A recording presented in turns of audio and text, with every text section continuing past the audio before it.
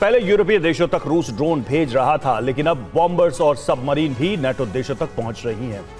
ये सीधे तौर पर पुतिन का नाटो को चैलेंज है। रूस ये बताना चाह रहा है कि वो कभी भी नाटो देशों पर हमला कर सकता है। रूस के तेवर से नाटो में हड़कंप मचा हुआ है। अब नाटो रूस पर पलटवार का ब्लूप्रिंट बनाने में जुट गया है, जबकि रूस ने आर्कटिक से बाल्टिक सागर तक तैनाती बढ़ा दी है।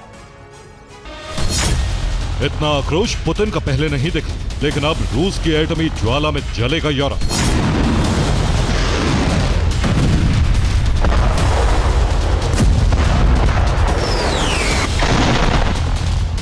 नाटो देशों में हड़कंप मचा क्योंकि साल के आखिर में कई घटनाएं ऐसी हुई हैं जो रूस के आक्रामक तेवर का संकेत दे रही।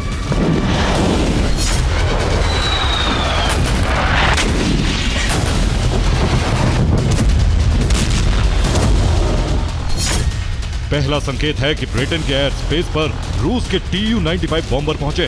दूसरा संकेत है पोलैंड ने बाल्टिक सागर में रूस के 2 ही विमान को इंटरसेप्ट किया। तीसरा संकेत है कैलिनिनग्राड में रूस नेवल इन्फेंट्री का विस्तार कर रहा। चौथा संकेत है रूस ने जर्मनी पर हमले की धमकी दी। और पांचवा संकेत है रूस ने ब्रिटेन के कोस्ट के पास न्यूक्लियर सबमरीन भेजी। जबकि इस बीच नाटो देश भी बाल्टिक में बड़े पलटवार की तैयारी कर रहे हैं। बाल्टिक में अपने मिलिट्री बेस पर तैनाती बढ़ाई जा रही।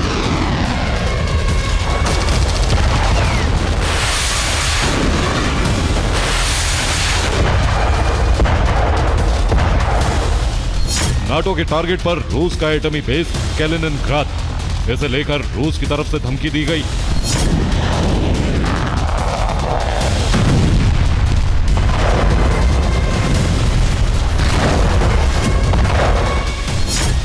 अगर कैलिनिनग्राड की तरफ आंख भी उठाई तो नाटो को अकल्पनीय परिणाम के लिए तैयार रहना होगा। रूस धमका भी रहा है, सुरक्षा चक्रव्यूह भी बना रहा है, साथ ही नाटो देशों के पास अपने विध्वंसक हथियारों को भेज रहा है।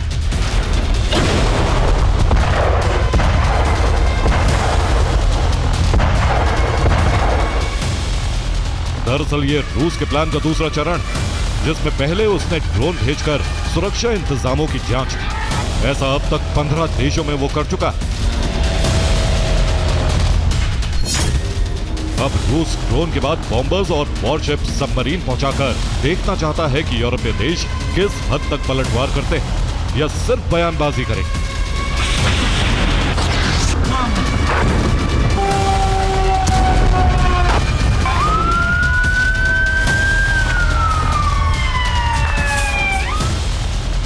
यानी रूस नाटो देशों को उकसा रहा है। अगर नाटो देशों ने हमला किया तो रूस पलटवार पूरी ताकत से करेगा, क्योंकि पुतिन पहले ही कह चुके हैं।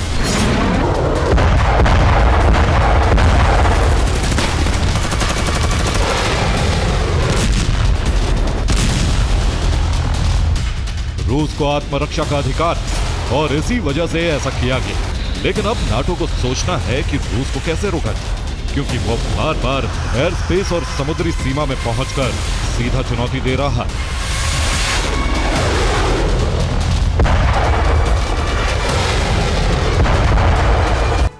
और ब्रिटेन के एयर स्पेस तक रूसी बॉम्बर्स पहुंचे हैं, जो सीधा चैलेंज है।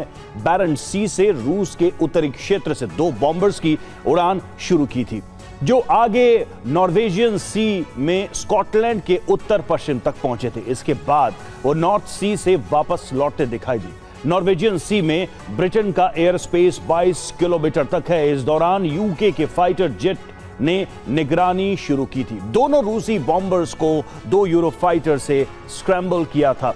ब्रिटेन के एयर स्पेस के पास तक पहुंच गए थे बॉम्बर्स। ऐसा कयास है कि बॉम्बर्स एयर स्पेस में अंदर नहीं घुसे, बस ताकत दिखाने आए थे। लगातार 7 घंटे तक उड़ान भरते रहे। इस दौरान ब्रिटिश जेट भी पीछा करते रहे। रूस की तैयारी बता रही है कि वह जल, थल और नभ से हमले करने के लिए पूरी तरह से फ्रंट लाइन पर आ चुका है।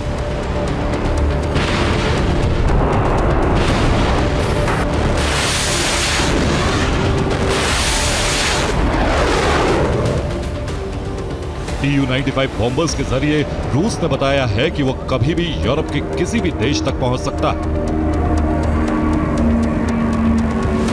जबकि नाटो ने तुरंत अलर्ट जारी करके रूसी बॉम्बर्स को स्क्रैम्बल किया। 2 जेट वीडियो में दिख भी रहे हैं। यानी रूस कभी भी हमला कर सकता है और नाटो उसका जवाब दे सकता है।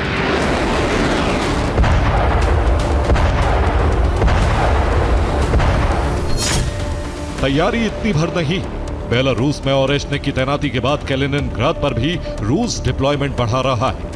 336 सेपरेट नेवल इन्फेंट्री का विस्तार किया जा रहा है। कैलिनिनग्राद की बाल्टियस्क सिटी में सैनिक जमा किए जा रहे हैं, जबकि इससे पहले रूस बेलारूस कैलिनिनग्राद में जॉइंट वॉर ड्रिल भी कर चुके हैं, जिससे बाल्टिक सागर में तनाव बढ़ गया था।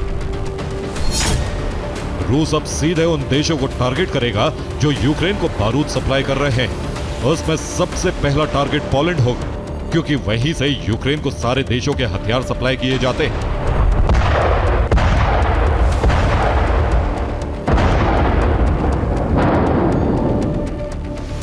अब पुतिन पोलैंड से यूक्रेन को हथियार सप्लाई रूट काटना चाहते हैं और ऐसा नए साल में करके रहेंगे, जिससे बिन हथियार यूक्रेन घुटनों पर आ जाए।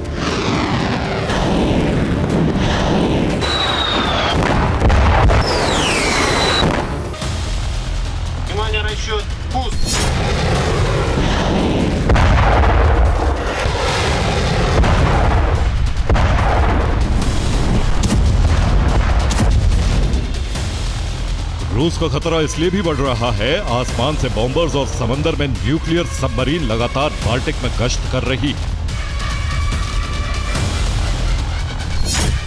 लेकिन रूस ने पहली बार न्यूक्लियर सबमरीन ब्रिटेन की समुद्री सीमा के पास भेजी। बोरई क्लास की सबमरीन का वीडियो भी आया है, जिसमें वो स्कॉटलैंड के पास नॉर्थ सी में देखी गई। बताया जा रहा है बाल्टिक सागर से नॉर्थ सी की तरफ आई। इस दौरान ब्रिटेन ने शिप से रूसी सबमरीन का पीछा किया। हालांकि इंग्लिश चैनल से सबमरीन लौट गई। और यहीं पोक्रोवस्क में भीषण जंग फिर से शुरू हो गई, जहां यूक्रेनी सेना ने 3 इलाके वापस लिए। रूसी सैनिकों ने किया था इस पर कब्जा और रोदिन्स्क से पीछे हटे रूसी सैनिक।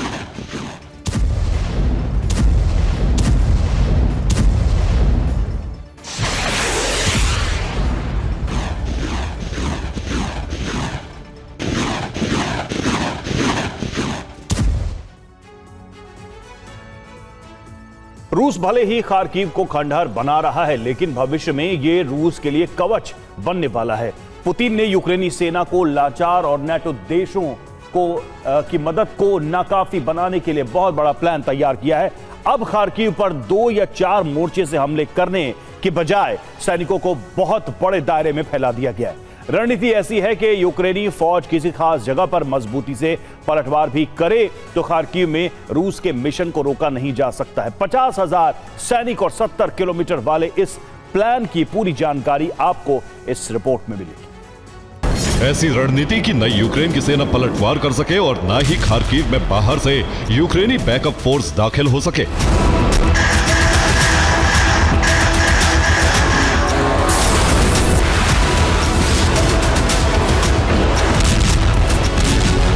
आसमान से रूस निगरानी कर रहा है और यूक्रेन के आसमानी कवच को नष्ट भी कर रहा है।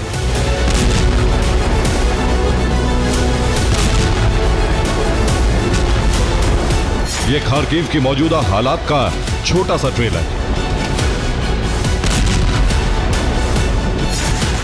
एक तरफ खार्किव तो दूसरी तरफ खेरसोन, दोनों रूसी सीमा के बहुत करीब हैं और यही पिछले कुछ दिनों से रूस दिन रात आग बरसा रहा है।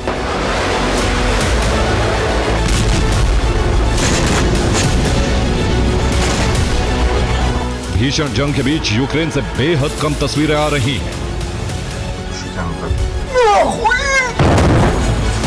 लेकिन जो तस्वीरें आ रही हैं उससे अंदाजा होता है कि तबाही बहुत बड़ी है।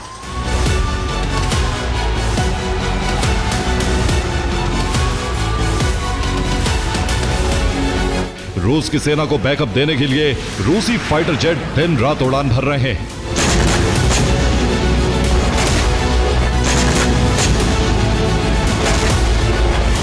जिस इलाके में भी रूसी फौज को बढ़ना होता है, वहां पहले गाइडेड और अनगाइडेड बम से ताबड़तोड़ प्रहार होता है।